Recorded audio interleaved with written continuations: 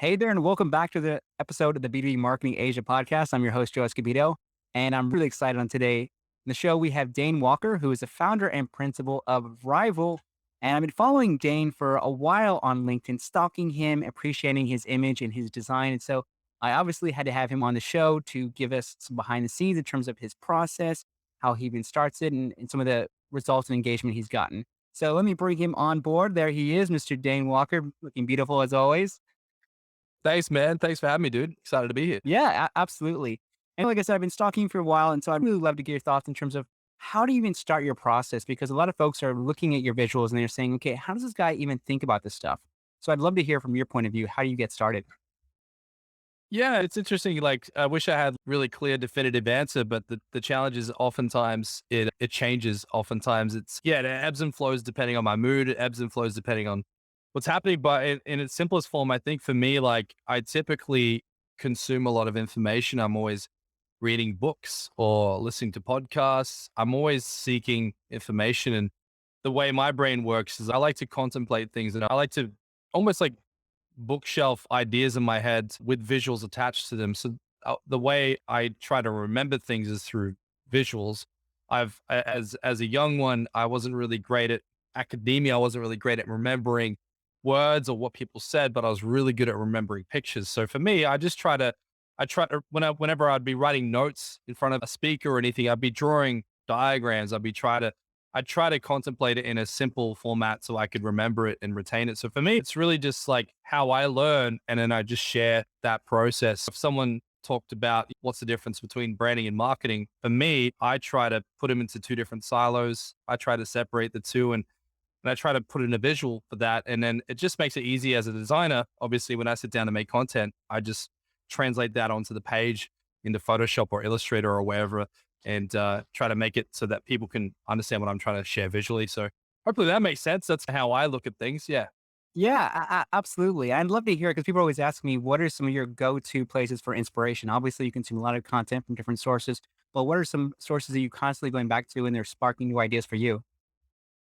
Yeah, some of my favorite writers, obviously David Ogilvy, for those who are in advertising would probably know who that is, but I like David Ogilvy's stuff. I'm reading his biographies right now, but some of the people I've really taken a lot of inspiration from would be like Marty Neumeier, Al Reese, Seth Godin, and I really like history. Like I like going back and looking at what marketing and branding was in the 40s and in the 50s and in the 60s and in the 70s and tracking how did branding evolve, how did design evolve. So for me, it's looking back and I really like reading books that are about the progression of how things have come to be what they are now. And some of my favorite books is probably number one would be the 22 Immutable Laws of Marketing. That book is awesome. How to Build a Story Brand. That's a fantastic book. And Zag by Marty Neumeier. That's a classic for me. But then I also read other stuff. I read about psychology. I read about sales. I read about neural pathways and how the mind builds ideas. And then I read sci-fi and comic books, man. So I'm a bit of a mix. I really like just enjoy reading and enjoy appreciating people's artwork and effort that they put into sharing these things. Yeah. Yeah, absolutely. I definitely picked up a bit of that in your visuals. So I noticed a little bit of them have this sci-fi kind of futuristic feel to them. They're a bit different from everything you see online. And I think one of the questions I ask you is how do you even pick the images? Because obviously you talked about how you get inspiration from great writers like David Ogilvy, but how do you pick the right images for the right text and make it in a way where it stands out? Because I think it's what a lot of BB brands are really struggling with is they've create this content, but it looks cookie cutter. It's the same stock images, and yours definitely stand out for a variety of different reasons. But how do you even, once you have the idea, how do you go about translating that into the visuals that you put out on LinkedIn post, for example? Yeah. Great question. My team always asking me the same thing because they're trying to figure out like how can I do this the way Dane would do it. So my team have an ongoing joke here in the agency. It's like, how do I Danify this post? How do we I don't know. I really appreciate minimalism, but with a bit of swagger. So like things that are not over designed, but it says something. So the way I design is I try to think about how can I say things with a nice sentence and then dress that sentence with a visual that gives depth to that. So it's almost like rather than writing more, can I write less, include some design to help, I guess, illustrate my point or help emphasize my point. So I did a post instead of talking about the 5 tips on how to grow Instagram, it'd be like how to become an Instagram samurai. And then I would incorporate samurai visual in to just give it a narrative, make something that was otherwise boring and monotonous a bit more memorable for people. And I just try to think about, can I share a story? Can I add a theme? Can I make it can I make it interesting somehow?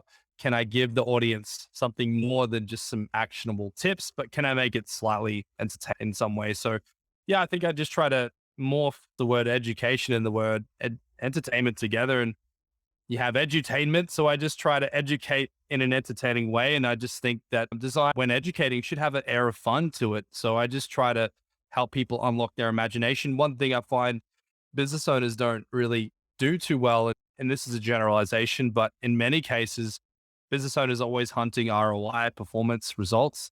I just want to help business owners think about, hey, like creativity can really help drive a business. And you might not be able to measure the ROI as good, but it does mean something. It captivates the audience in a different way. So for me, I just try to incorporate an air of imagination into the design. And that's what I teach my team when they're designing for other clients.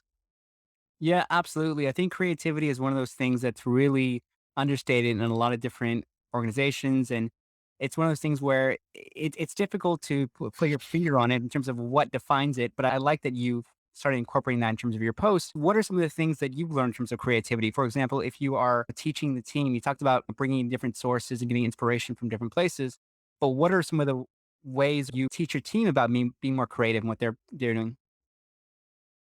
Yeah, I think my creative team, like the cool thing is they're already creative when they came to me. So we have a process when we're hiring, whether we're hiring a videographer or a web developer or a graphic designer. We run ads to try to find people naturally have creative tenacity, naturally like to draw, or they naturally to. I'm thinking about our team right now. Like one of them makes sculptures, the other one paints jackets for dogs. Like they just do fun stuff creatively outside of their work environment. So for me, we just try to find people that can bring creativity to the team. When we work on projects, like if we're working on a food product, we might get a one of our specific designers that likes that type of stuff to work on that project. And if it's a bit more about production and merchandise and sports or something, then we'll have a different designer work on that. So we try to lean designers toward what they're passionate about when it comes to the team. But how do we train creativity? I think creativity is something that you pull out of people. It's not necessarily something you train.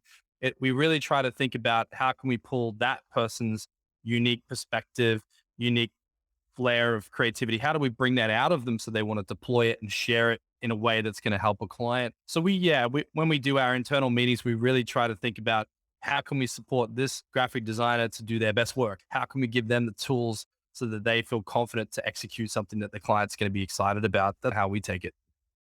Yeah, no, absolutely. I love that. We're talking about that in a different episode in terms of bringing your own personal passion. So, for example, I like photography. I could do street videography as well too.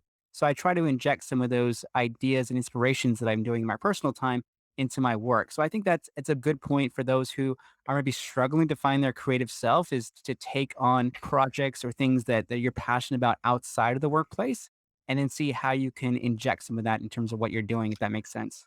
Yeah, we find the team do their best work when they're creatively deploying in multiple places. Like Steph, who's one of our lead designers, she does her best work when she's able to go and paint and go and draw and go and mold things. It's almost like a if you imagine a creative person, it's almost like it's a sense of fulfillment when you can go and explore and deploy different things. You get fulfillment from that, and then that moment or that moment of clarity or that moment of excitement or that moment of inspiration bleeds into everything else. So then if they're excited creatively in one part of their life, that kind of ripples out into all the projects, the content, the websites, the logos that they're creating for clients, ripples out from that. So, yeah, we try to create freedom among our team to just be able to explore and not be too pressured. A lot of agencies are very focused on performance and just getting as much work out as possible. We try to create space for our creatives so that they can really learn and flourish and develop their skill set in places that get them excited. It's not always the case. Sometimes you're going to have harsh deadlines and clients breathing down your neck, but as much as possible, we try to keep it loose and keep it creative. Yeah, absolutely. And you alluded to this earlier, but I'd love to get your thoughts on this is a big question mark that everyone's trying to answer is how do you measure the impact of creativity? So, like, how do we get the business that we're working with on board with the design concept? Yeah. Yeah, it's an interesting process. Clients are different. It's like dating. When you date a group of people, they're all going to be very different, right? Working with multiple clients, it's a lot like dating. Everyone's going to be very different. The way we kind of approach, how do we educate our clients on how to deploy their brands, why it's valuable, why it's going to do its job? We almost always start off with strategy. So just to rewind right back to the beginning of a project, we always get a really strong brief. So for us, it's more important to get a good brief than it is to try and impress the client. We want to get a really good brief at the beginning, like what's the voice, what's your story, who are we speaking to in the marketplace, who's your target audience, why are they your target audience, why do you think that they would buy your product and not somebody else's product? So we go through a pretty rigorous process. It takes about 3 hours. Sometimes I've had workshops like up to 9 to 10 hours. The point is, if you get a really good brief and you can really get into the client's brands, it's almost like you're building the brand with them versus trying to build it for them. So one of our core values in our team is everything we do is soulful. So meaning that we want to care about their brand as much as they do if we can. So we have a really intensive workshop. We record it, we write notes. The whole team are briefed on it. Everybody understands every angle of the brand. And then we track it with myself and my creative director every step of the way to make sure it stays on the brief. So by the time we're sharing it with the client, if they have any rebuttals, oh, but what about this and what about that? Remember the workshop, we covered that this is what we were trying to do. So we chose these colors to talk about these things. We chose this font because of this thing. So we really show the client that they were the ones really making the decisions. We were the ones that were just dressing it up and putting it together for them with some sound mind and some sound clarity and strategy. So the way we educate our clients is by involving them throughout the process. We found that when we would take an order from a client, build the brand, and then deliver it to them, it never really went well. Clients always felt disconnected from the brand because they didn't have context. They weren't there for the journey. So what we do is what we call the IKEA method. People that build their own furniture from IKEA have more love for their furniture than people that buy furniture that's delivered and set up because they were a part of the process. They had to put the shelf together. They had to screw the screws in. They were a part of the process. So what we do is when we do a project, we have what we call milestones where we hit pause, get the client on the call, we show them where we're at, we get their feedback, we pivot and we keep working. They feel elated about this because they get to see their baby come to life. They get to see their logo be developed. They get to see their website be created and curated. So for us, it's if we do that collaborative process from the beginning right to the end, it's pretty much a celebration at the end versus a delivery and a brief. We're really just going, hey, here's where we ended up. Here's all the pieces. And the client's ecstatic and clapping and cracking jokes. And we run into Zoom meetings playing Eye of the Tiger music and get everyone fired up. Like we really celebrate at the end versus trying to sell at the end. So I think if you're listening to this and you're creative, you got to think about how can I involve the client? How can I create a process around that? Because it really helps save us the headache of the back and forth that you can get stuck in as a freelancer where you hand over good work that you love and the client slaps you in the face and says, this is crap. But you love it. And then you're frustrated trying to build something else. So I think involving a client is the greatest way to get them on board with what you're designing. Yeah, I absolutely wholeheartedly agree with that. And this is something the key learnings for me as well, too, like taking an order and just doing it versus getting them involved in the process.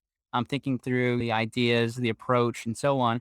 It's been far more fruitful collaboration than doing it in a solo approach. I'd also love to get your thoughts in terms of obviously you post a lot on LinkedIn and people will be wondering, okay, you're getting, tons of engagement. How has that impacted maybe you personally or the business? Yeah, LinkedIn is really starting to go somewhere. Most of our content is designed for Instagram first and then curated and put on LinkedIn. Recently, we started putting our podcast video shorts on LinkedIn, which has been great.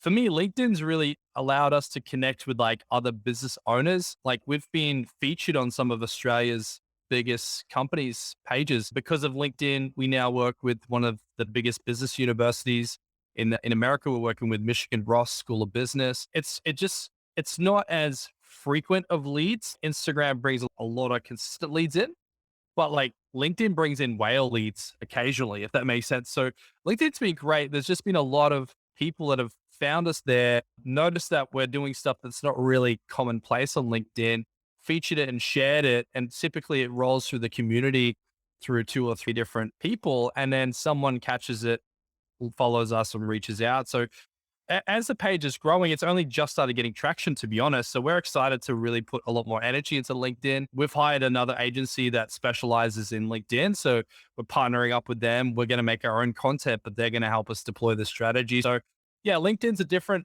creature than Instagram. The other place we're about to go into is where we're about to endeavor upon YouTube, which is a completely different thing altogether. So it's been a lot of fun. And as our team grows, like we're hoping that post COVID, we can set up an office and we can set up a studio where we can do filming for YouTube, and then we can have a podcast with a couple people from the design team involved. And I'm passionate just about education. And I think that people look at social media as a ploy to go push their products. But I think what's taking trends and foothold on LinkedIn and Instagram, it's education. People are stuck at home right now going crazy. They want to learn stuff. So I think all the pages that are really trending right now on LinkedIn are educating in something. They're educating through a podcast, or they're educating through a blog, or they put the videos up on YouTube and recycle them onto LinkedIn. I think, yeah, LinkedIn does when you educate and you share. It's like a hub to share knowledge, to share good ideas, to share things that help businesses. That's the stuff that I find does really well on LinkedIn. Absolutely. I couldn't agree more. I think one of my philosophies when it comes to LinkedIn is that the best marketers, the best salespeople I see on the platform are actually professors of some kind. So they're teaching, like you said, others about their specific experience or a specific industry, and people gravitate towards that. And that's been my approach and why my following has grown over the years and why we get consistent leads on LinkedIn. But going back to you, I love that you start on Instagram first because obviously Instagram is more design focused and you bring that to LinkedIn because once again, if you look at most LinkedIn posts, they basically look the same. So one thing I've been telling people just an hour ago is don't get inspiration necessarily from LinkedIn because unless you're following Dain and his team, you probably won't get too much in terms of creativity and design. But definitely look for Instagram. I was telling people, look, even what the Netflix and Hollywood movie trailers are doing in terms of videos, in terms of graphics, what Disney Plus is doing with their launch, in terms of all the different multimedia. That for me is some of the best inspiration that I get and try to apply to a B2B context. Because if I look for other consultancies or I look to other brands, I can understand what they're doing, but it's not going to help me move the needle in terms of what I would like to do, which is really cut through the clutter. And so I love that you are taking that approach of bringing in different points of view, translating that to LinkedIn, which I think more folks should be doing. And the fact that you said you're expanding into different formats like YouTube, I think the fact that you've created the podcast, I've already seen some of your mini clips on there as well too, which is one of the reasons that I connected with you. First, I saw the LinkedIn post. I was like, okay, who is this guy? And then I saw the videos, and I was telling people one of the advantages of videos is people get to know you a bit. Yes, I got to know you through your design. I was impressed by your work, but once I saw the videos and I saw your setup and I saw you, I heard your voice, I was like, okay, this guy seems pretty cool. I'd love to have him on the show. And I reached out to you thereafter. So I think the fact that you have so many different multimedia and so many different, approaches, but you start with your core, which is Instagram and move away from there. It's good advice for other folks listening to this. Yeah, I think it's really hard to be everywhere and do it well. What we typically tell our customers that we work with, if they're trying to deploy themselves on social media, is think about like, where is your dream customer and like, where are they hanging out? And just be present there and just see if you can get them to bite there. And if you can get a bite, try and get 2 bites. If you can get 2 bites, try and get 4. So it's just focus on can we get a little bit of interaction with our target customer? And don't think about sales, just think about, are we in front of our target customer and do they want to talk to us?